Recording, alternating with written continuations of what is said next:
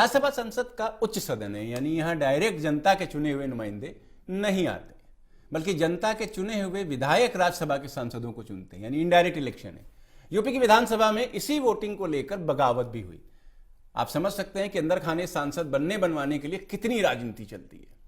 BSP के पास वैसे भी विधायक कम है, इतने हैं ही नहीं कि एक राज्यसभा सांसद चुन सकें, फिर भी बीएसपी ने एक प्रत्याशी चुनाव में खड़ा किया है। जाहिर है कि कहीं ना कहीं से जोड़ तोड़ तो किया ही गया कि जरूरत भर के वोट मिल जाए। हालांकि एक गड़बड़ यह हो गई कि खुद के बीएसपी के विधायकों ने बगावत का सुर बुलंद कर दिया। इस रिपोर्ट में देखिए विधायकों ने क्यों की बगावत और क्यों बीएसपी का इस पर रिएक्शन आ गया बहुत तगड़ा।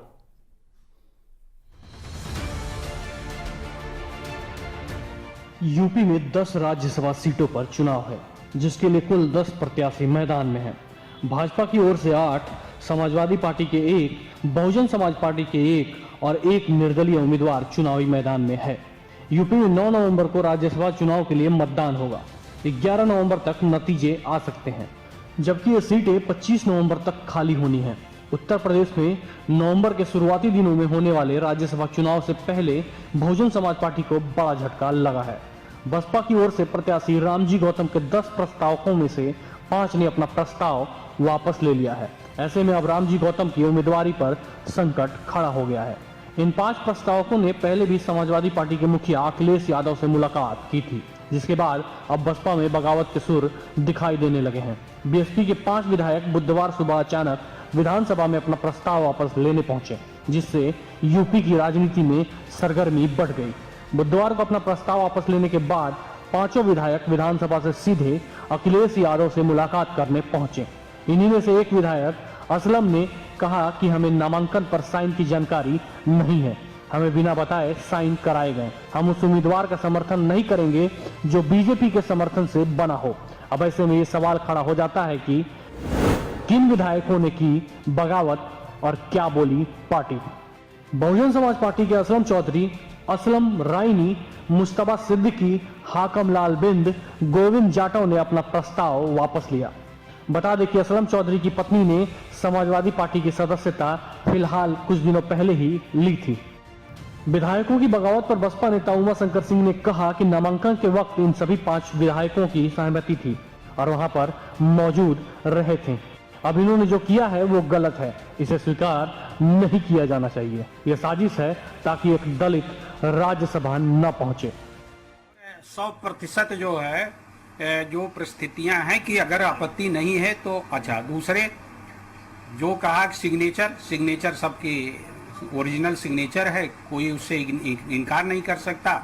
फोटोग्राफ साथ में है नामांकन के समय, इसलिए ये भी नहीं कह सकते कि हम नहीं। बस इतनी बात है। आपने प्रकाश जो बजाज हैं उनके नामांकन पर क्या आपत्ति है आपकी? उनका नामांकन कई कारणों से निरस्त योग्य है। क्या कारण है?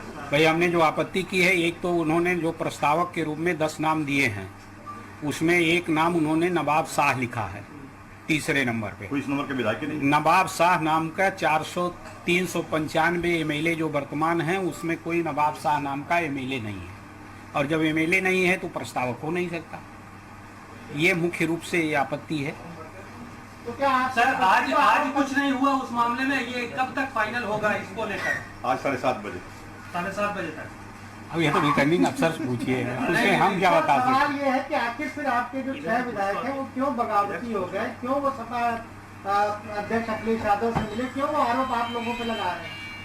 क्या लगा रहे हैं आरोप कि हमारा दस्तखत गलत है? हाँ, कह रहे हैं हमको जान से मारने की धमकी है, हमको सुरक्षा दी जाए। अब ये बहुजन समाज पार्टी के संस्कार में इस तरह का नहीं है। इस तरह का बहुजन समाज पार्टी का न तो संस्कार है, न रहा है, न कभी रहेगा। हम लोगों ने स्वेच्छा से ही मीटिंग थी। आप लोग तमाम पत्रकार बंधु उस समय यहाँ थे। आप लोगों ने स्वयं नामांकन कराते जाते हुए देखा था। नामांकन कराते हुए वो 13 के 13 एमएलए जिन लोगों ने सिग्नेचर किया है वो मौजूद थे। तो जब मौजूद थे तो उसके बाद कह देना कि हमें क्या हो रहा है, वो पूरी तरह से मनगढ़ंत है।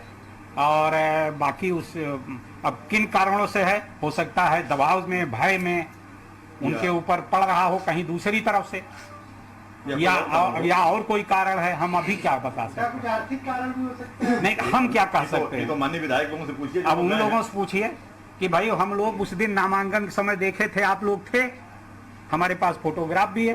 क्या जो 10 लोगों में से कौन लोग सर जो आपकी जानकारी में कौन लोग विरोध कर रहे हैं, वहाँ जो गए वो गए, यहाँ पर जो बहस में आप लोगों ने किनके बहस में 4 विधायकों ने एफिडेविट दिया है। कौन कौन से? असलम रायनी, असलम चौधरी, मोहम्मद मुस्तफा सिद्दीकी और हाकिम लाल बिन। इन चारों के चारों का जो बयान हल्फी है उसमें एक फार्म पर किसी ने आपत्ति नहीं की है। एक फार्म के हस्ताक्षर पर किसी ने भी आपत्ति नहीं की है। इन लोगों का जो ऑब्जेक्शन था कि हम क्रम संख्या 7 में जो मेरा हस्ताक्षर है वो मेरा नहीं है, तो हम लोगों ने पर्चा 3 सेट में दाखिल किया हमारा था। वो दे दो, तो 2 सेट में क्रम संख्या 7 वही हमारा था उनका, लेकिन एक में उनका क्रम संख्या 6 में सिग्नेचर था, जिसमें उन्होंने एफिडेविट दिया ही नहीं। उसको उन्होंने वैलिड माना, केवल इसको माना उन्होंने कि 7 में हमने सिग्नेचर नहीं किया है। लिखा है एफिडेविट में कि हमने क्रम संख्या 7 का जो हमारा सिग्नेचर है वो मेरा सिग्नेचर नहीं है। उन्होंने ये कभी नहीं कहा है कि हमारा सिग्नेचर फर्जी है। उन्होंने कहा कि 7 नंबर पे हमने हस्ताक्षर नहीं किया, ये लिखा है। कभी ये नहीं कहा कि बस 7 नंबर पे कहा। अगर उनका नंबर सीक्वेंस पे दिक्कत थी कि 7वें नंबर पे हमने नहीं किया। नहीं, हाँ, नहीं, बस। 3 सेट में हम दाखिल किए थे, तो 2 सेट में तो वो सही बोले, 2 सेट में बोले हैं, जबकि सिग्नेचर उन्होंने सब पे किया है। जरूरत पड़ेगी तो वो भी रिकॉर्डिंग मेरे पास है, सिग्नेचर करते हुए भी वो भी रिकॉर्डिंग है। लेकिन जब इसके बाद जरूरत आएगी तो उसको भी हम प्रस्तुत करेंगे। यानी वो कहीं ना कहीं 2 नाव पे चल रहा है क्या? इधर भी बचे रहे, उधर भी अपना नहीं, उधर भी नहीं। अब तो अपनी लाइन खींच करके वो गए हैं कि हमने सिग्नेचर नहीं किया है, जबकि लेकिन ऊपर वाले ने उनको तो ये भी पता होगा कि 3 सेट में नामांकन जब दाखिल हुआ तो तीनों पे तो 10 नहीं, एफिडेविट तो उन्होंने बनाया था, लेकिन कुछ एफिडेविट शादी रह गई। नहीं तो वो उनकी आत्मा गंवारा नहीं की। नहीं टेक्निकल नहीं, उनकी आत्मा गंवारा नहीं की कि हम इतना असत्य बोले। उनको लगा कि ऊपर जाके क्या जवाब देंगे, इसलिए सिग्नेचर को सहन किया ना। एक तो स्वीकार कर दिया। भाई ये तो आपके सामने किया। अगर आपके लोगों के सामने न किया होता तब हम मान लेते, नामांकन के समय मौजूद थे। तो सर अभी आप लोगों को क्या उम्मीद है? जो आपने हलफनामा दिया है कि आपके जो कैंडिडेट हैं उनका नामांकन खारिज नहीं होगा, आपने अपना जो हलफनामा हमारा नामांकन पेपर पूरी तरह से नियमानुसार है और नियमों के अनुकूल है। बाकी रिटर्निंग अफसर जो डिसीजन देंगे। तो डिसीजन आज आएगा कि कल आएगा, कब तक आ जाएगा? ये तो रिटर्निंग अफसर से पूछिए भाई। सवाल ये है, क्या आप लोगों ने जो बताया जा रहा है कि 7 विधायक बागी हो गए हैं, उन लोग से बातचीत करने की कोशिश की? क्योंकि आप नेता विधानमंडल दल है। अब आज तो हम इसमें अभी तो आज आ रहा है, अभी इसी में अभी लगातार स्क्रूटनी में थे। जिन लोगों ने 4 लोगों ने एफिडेविट दिया है, उनके साक्ष्य जुटा करके हम उस पर पेपर तैयार करके फिर आरोप को हमने प्रस्तुत किया कि ये भी एफिडेविट में इन्होंने ऐसा एफिडेविट दिया जिसका साक्ष्य ये है, इनकी उपस्थिति ये है, जिसका कैमरा में फोटो ये है। सारा हम लोगों ने साक्ष्य हम लोगों ने रिटर्निंग ऑफिसर को दे दिया। यूपी विधानसभा में अभी 395 कुल सदस्य संख्या 403 विधायक हैं और 8 सीटें खाली हैं, जिनमें से 7 सीटों पर उपचुनाव हो रहे हैं। बीजेपी के पास फिलहाल 306 विधायक हैं, जबकि सपा के पास 48, बसपा के पास 18, कांग्रेस के 7, अपना दल के पास 9 और ओम प्रकाश राजभर की पार्टी के 4 विधायक हैं।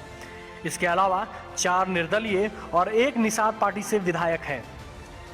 अब ऐसे में देखना होगा कि क्या हाथी की चाल बिगड़ जाएगी या सुप्रीमो सब कुछ संभाल लेंगी। Bureau report, parliamentary business.